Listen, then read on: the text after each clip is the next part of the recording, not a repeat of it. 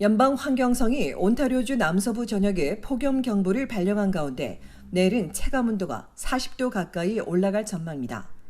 토론토는 내일까지 푹푹 찌는 무덥고 습한 날씨가 이어지고 토요일에 다소 풀릴 것으로 예보됐습니다. 환경성에 따르면 이번 주말까지 남서부 지역의 낮 최고 기온은 30도, 하지만 습도가 높아 체감온도는 30도를 훨씬 웃돌 것으로 예보됐으며 다행히 밤엔 기온이 20도 초반까지 내려갈 것으로 예상됩니다. 그제부터 이들 지역에 무더운 날씨가 이어지자 당국은 열사병과 열탈진 등 온열 질환에 대한 각별한 주의를 강조하고 대기질도 고위험 수준으로 악화될 수 있다고 지적했습니다. 이에 어린이와 노약자 등 취약계층은 외출을 삼가하고 특히 주차된 차 안에 애완동물이나 어린이, 노인을 홀로 남겨두는 것은 절대 삼가야 한다고 덧붙였습니다. 폭염으로 인한 온열 질환은 모두에게 큰 영향을 미칩니다. 열로 인해 발생하는 급성 질환인 온열 질환은 장시간 뜨거운 환경에 노출 시 두통과 어지러움, 근육 경련, 피로감, 의식 저하 등의 증상을 보이며 방치할 경우 생명이 위태로울 수 있는 질병입니다. 때문에 이렇게 더운 날엔 충분한 수분 섭취와 휴식이 중요하고 이런 증상이 조금이라도 의심되면 시원한 실내로 들어가야 합니다. 또 판단력 저하와 급속한 탈수에 이어 체온도 급격히 오르게 되는데 이럴 땐 차가운 물수건 등을 둘러 신속히 체온을 낮춰줘야 합니다. 그래도 내려가지 않으면 얼음 욕조에 들어가거나 찬물 샤워를 해야 합니다. 이 기간 호흡기 질환자는 특히 더 위험하며 심장마비와 심부종 위험도 매우 높아집니다. 앞서 2021년 브리티시 콜롬비아주에선 기록적인 무더위로 인해 폭염 관련 질환으로 600여 명이 사망한 바 있습니다. 한편 미국에선 남서부 지역을 한 달 넘게 달군 열돔이 동북부까지 확대되며 전국 3분의 1이 심한 더위에 시달리고 있으며 온열 질환 관련 사망자도 증가하고 있습니다.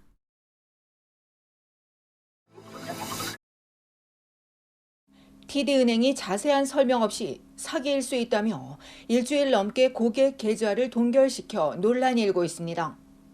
원주민 귀걸이를 판매하는 한 여성은 지난 16일 또 다른 소상공인으로부터 $50를 받았습니다. 그런데 이후 모든 계좌가 동결되자 은행에 연락하니 자세한 설명은 해주지 않은 채 사기 가능성 때문이라는 답변만 들었습니다. 집세에 청구서까지 쌓이면서 애가 탄 여성은 매일 전화해 이 트랜스퍼를 자주 이용하는데 어떻게 사기로 구분됐는지 답변을 요구했지만 은행은 알려주지 않았습니다. 여성이 공예 행사장 부스 임대료로 다른 소상공인 업주로부터 $50를 받은 것이라고 설명하자 은행은 동결을 해제하려면 이 업주가 토론토 지점을 방문해 신분을 증명해야 한다고 요구했습니다. 하지만 페리 사운드 북쪽에 거주하는 이 업주가 6시간 걸리는 토론토까지 오기란 쉽지 않았습니다. 이에 CBC가 여성 사례를 은행에 문의하자 며칠이 걸릴 수 있다고 했던 은행 측은 12시간도 채 안 돼 여성의 계좌 동결을 해제했습니다. 은행업계 관계자는 계정에 의심스러운 거래가 있으면 고객 보호 차원에서 계좌를 일시적으로 동결할 수 있다고 설명했습니다. TD은행은 이번 거래가 왜 사기로 식별됐는지 또 사기를 식별하는 방법은 무엇인지에 대해선 답변하지 않았습니다. 연방금융소비자청 설립에 초기에 참여한 워터루 대학의 한 명예교수는 계좌 동결을 푸는데 일주일 이상이 걸리는 건 부당하다고 지적했습니다. 또한 돈 보낸 업주가 가까운 지점에서 신원을 확인할 수 있도록 했어야 했다고도 덧붙였습니다. 이 교수는 이들처럼 소규모 비즈니스인 경우 고객 서비스가 부족하거나 더 많은 수수료를 청구하기도 한다고 우려했습니다. 그러면서 피해 여성에게 금융소비자원에 고발할 것을 독려한 이 교수는 연방정부가 은행에 신속한 해결을 강제하거나 벌금 부과 등의 규정을 도입한다면 이번 같은 일은 발생하지 않을 것이라고 강조했습니다. 문제 해결 속도가 너무 더딘 데다 융통성이나 투명성 부족으로 극심한 스트레스에 시달려야 했다는 여성은 앞으로 또 이런 일이 생길까 두렵다고도 전했습니다.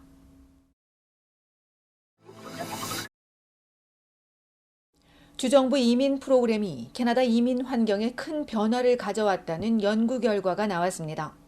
주정부 이민 프로그램은 1998년 매니토바주에서 처음으로 도입해 전국으로 확대됐습니다.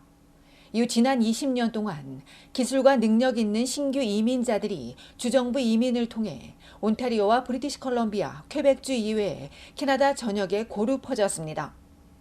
덕분에 2000년부터 2019년 사이 온주의 이민자 정착률은 61%에서 42%로 감소했고 BC주 역시 17%에서 15%로 소폭 줄었습니다.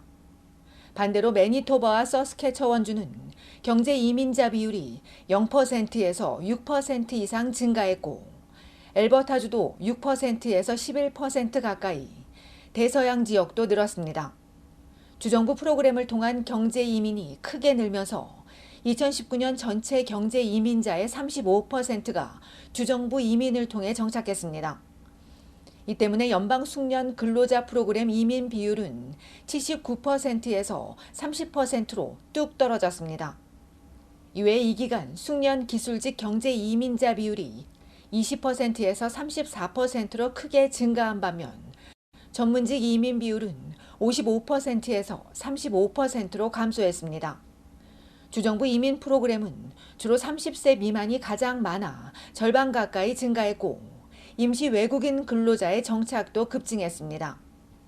한편 2019년 자료에 따르면 주정부 프로그램 신규 이민자의 36%가 인도와 파키스탄을 포함한 남아시아계이고 이어 동아시아, 동남아시아계 순입니다.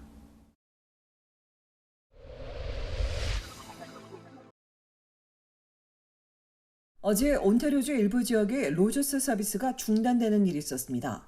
로저스 측에 따르면 마캄 7번 고속도로에서 교통사고가 발생해 광섬유 라인이 손상을 입으면서 스카보로와 마캄, 베리, 스토프빌 지역 3만여 가구의 인터넷 등 서비스가 중단됐습니다. 광섬유 복구는 매우 전문적인 작업이라고 밝힌 로저스 측은 전문가를 투입해 밤새 복구 작업을 벌여 대부분 지역은 서비스가 재개됐지만 베리 지역의 5천여 가구는 오늘 새벽까지도 정상화되지 않았다며 영향을 받은 모든 고객들에게 사과했습니다.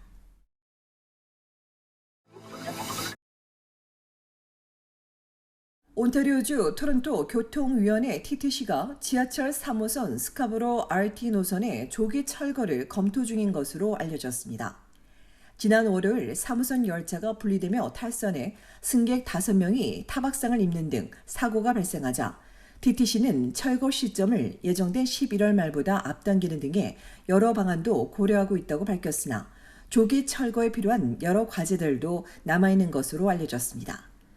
현재 외부 전문가를 초빙해 탈선 사고 원인을 조사 중이라는 TTC는 운행이 정상화되기까지 적어도 일주일 넘게 더 걸릴 것이라고 전해 3호선을 이용하는 승객들의 불편이 계속될 것으로 예상됩니다.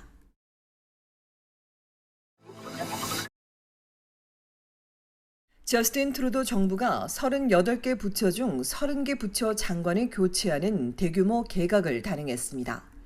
최근 트루도 정부의 지지율이 하락하자 경제 분야 등의 강화를 통해 다가올 2025년 총선을 대비하기 위한 포석이라는 분석이 나오는 가운데 2기 내각에선 크리스티아 프리랜드 부총리 겸 재무장관과 멜라니 졸리 외교부 장관 등 8명만 유임되고 애니타 애넌드 국방장관이 정부 지출을 운영하는 재정위원회를 맡는 등 23개 부처 장관이 다른 자리로 이동했고 교통부 장관 등 7명이 퇴진하는 대신 7명이 새로 임명됐습니다.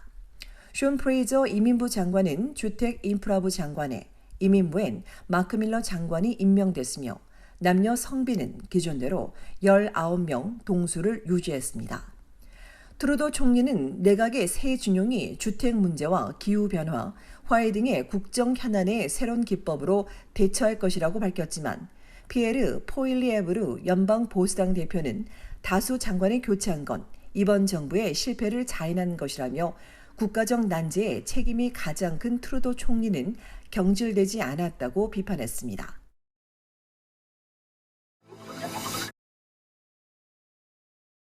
캐나다 구스가 재판매 플랫폼인 제너레이션스를 미국에 이어 캐나다에 런칭했습니다. 캐나다 구스의 재판매는 더 이상 입지 않는 캐나다 구스 의류를 회사의 선불 배송 시스템을 통해 반납하면 전문가가 정품인지 여부와 상태 등을 점검하고 상응하는 액수의 기프트카드를 제공해주며 이렇게 수집된 파카와 아웃도어 조끼, 스노우슈트, 스노우팬츠, 니트웨어까지 다양한 중고 의류들은 수리를 거쳐 할인된 가격에 해당 사이트에서 재판매됩니다.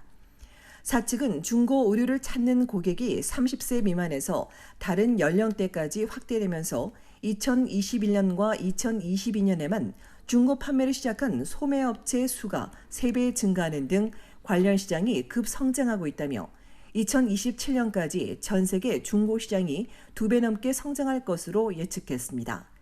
한편 허드슨 베이와 유아용품 스타트업 레벨스톡 그리고 사이먼스 등이 재판매 프로그램을 운영하고 있습니다.